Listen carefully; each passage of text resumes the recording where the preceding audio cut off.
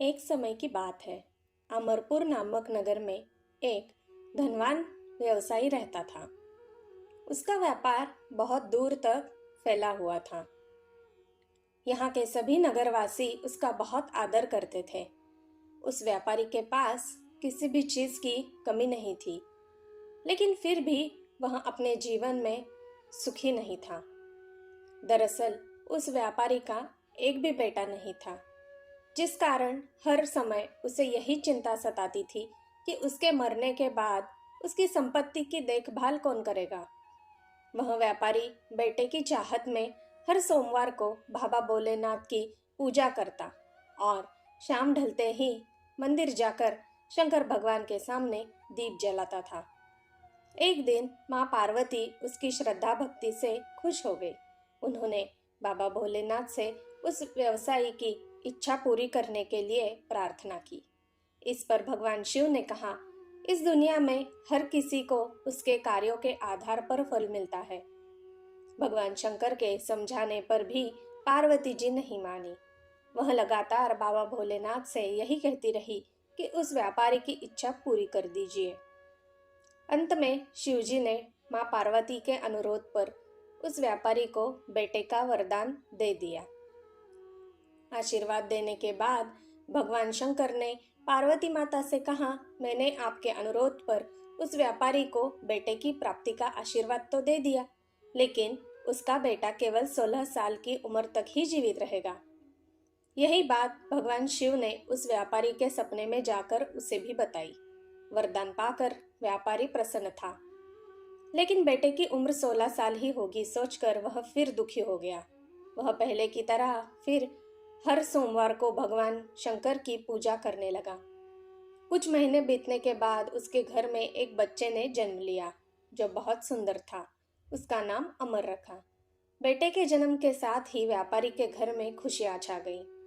बेटे के जन्म की खुशी में एक समारोह का भी आयोजन किया गया। इस जश्न के माहौल में व्यापारी अभी भी दुखी था। हर समय उसे यह डर लगता रहता था कि उसका बेटा अधिक दिनों तक जीवित नहीं रह सकेगा। धीरे धीरे समय बीतता गया और उसका बेटा अमर 12 साल का हो गया। एक दिन व्यापारी ने अपने बेटे को अपनी पत्नी के भाई दीपचंद के साथ पढ़ाई के लिए बनारस भेज दिया। वाराणसी जाते समय रास्ते में जहाँ भी अमर और दीपचंद आराम करने के लिए रुकते, वहाँ वो यज्ञ और ब्राह्मणों के लिए भोजन की व्यवस्था करते जाते थे। कुछ दूर जाने के बाद अमर और दीपचंद एक नगरी पहुंचे। यहाँ नगर के महाराज की बेटी चंद्रिका की शादी थी, जिसके लिए पूरे नगर को दुल्हन की तरह सजाया गया था। ठीक उसी समय बारात भी आ गई। इस समय लड़के का पिता परेशान था, क्योंकि उसके बेटे की एक आंख खराब थी। उन्हें डर था कि अगर लड़की वालों को यह बात पता चल गई तो वह शादी तोड़ देंगे। तभी उसकी नजर अमर और दीपचंद पर पड़ी। लड़के के पिता के मन में तुरंत ये ख्याल आया कि क्यों ना अमर को ही दूल्हा बनाकर शादी के मंडप में बैठा दिया जाए। एक बार जब उसका विवाह राजकुमारी से हो जाएगा तो फिर उसके बाद उसे कुछ पैसे देकर वहां से विदा कर देंगे। फिर राजकुमारी और अपने बेटे को अपने घर ले जाएंगे। लड़के के पिता ने बिना देरी किए दीपचंद से इस बारे में बात की और धन का प्रस्ताव रखा। दीपचंद ने पैसों के लालच में आकर तुरंत हाँ बोल दिया और अमन को दुल्हा बनाकर मंडप में बिठा दिया। यहाँ राजा ने राजकुमारी का कन्यादान कर विवाह संपन्न कराया और बहुत सारी संपत्ति के साथ अपनी बेटी को विदा कर दिया। शादी के बाद जब अमर वहां से लौट रहा था तो उसे लगा कि झूठ बोलना सही नहीं है और उसने राजकुमारी चंद्रिका के दुपट्टे पर सारी सच्चाई लिख दी। अमर ने लिखा, प्रिय राजकुमारी चंद्रिका, तुम्हारे साथ छल हुआ है। तुम्हारा विवाह मेरे साथ कराया गया। मैं एक व्यापारी का पुत्र हूँ और फिलहाल पढ़ाई के लिए वाराणसी जा रहा हूँ। तुम्हारी शादी जिससे तय हुई थी उसकी एक आंख खराब है। राजकुमारी ने यह सच जानने के बाद उस लड़के के साथ जाने से इनकार कर दिया और अपने पिता के साथ ही रहने लगी। उधर अमर वाराणसी के गुरुकुल में पहुंचकर पढ़ाई करने लगा। धीरे धीरे समय बीतता गया और अमर 16 साल का हो गया। इस दौरान उसने एक महायज्ञ का आयोजन किया। यज्ञ समाप्त होने के बाद अमर ने सभी ब्राह्मणों को खाना खिलाया और उन्हें कपड़े दिए। सारे काम खत्म करने के बाद अमर रात में अपने कमरे में सोने चला गया। भगवान शंकर के वरदान के मुताबिक उसी रात अमर के प्राण चले गए। अगली सुबह जब दीपचंद उसके कमरे में पहुंचा तो उसने देखा कि अमर जीवित नहीं है। वह जोर जोर से रोने लगा। उसकी रोने की आवाज सुनकर आसपास के लोग भी इकट्ठा हो गए और अपना दुख जताने लगे। दीपचंद के रोने की आवाज भगवान शिव और माँ पार्वती के कानों तक भी पहुंची।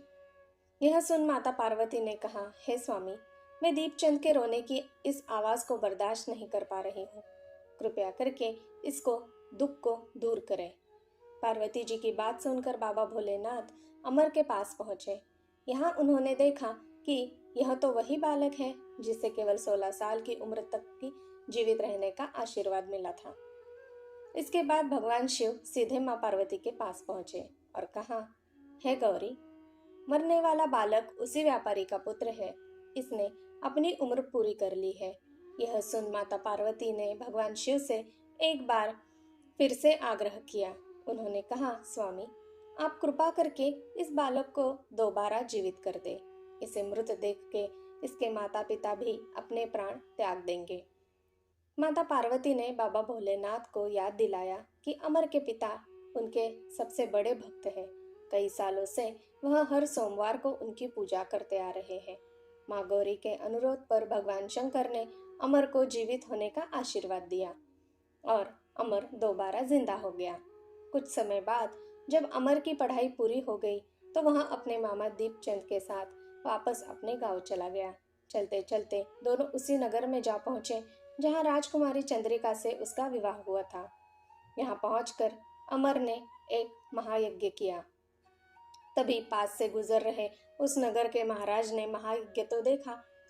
महाराज ने एक ही पल में अमर को पहचान लिया और महायज्ञ के समाप्त होते ही वो अमर और दीपचंद को अपने साथ ले गए।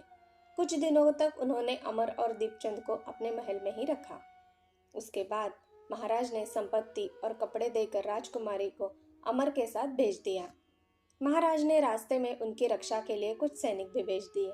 दीपचंद भी महल से अपने नगर पहुंचा और दूत के हाथों अमर के आने की सूचना व्यापारी तक पहुंचाई।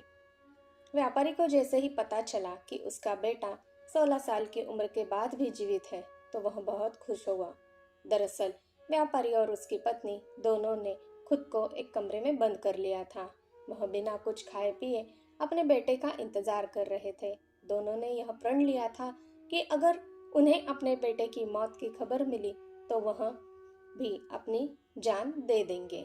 दूत की बात सुनकर व्यापारी और उसकी पत्नी नगर के अन्य लोगों के साथ अपने बेटे के स्वागत के लिए नगर के गेट के पास पहुंचे। यहाँ उसे पता चला कि उसके बेटे की शादी एक राजकुमारी से हुई है।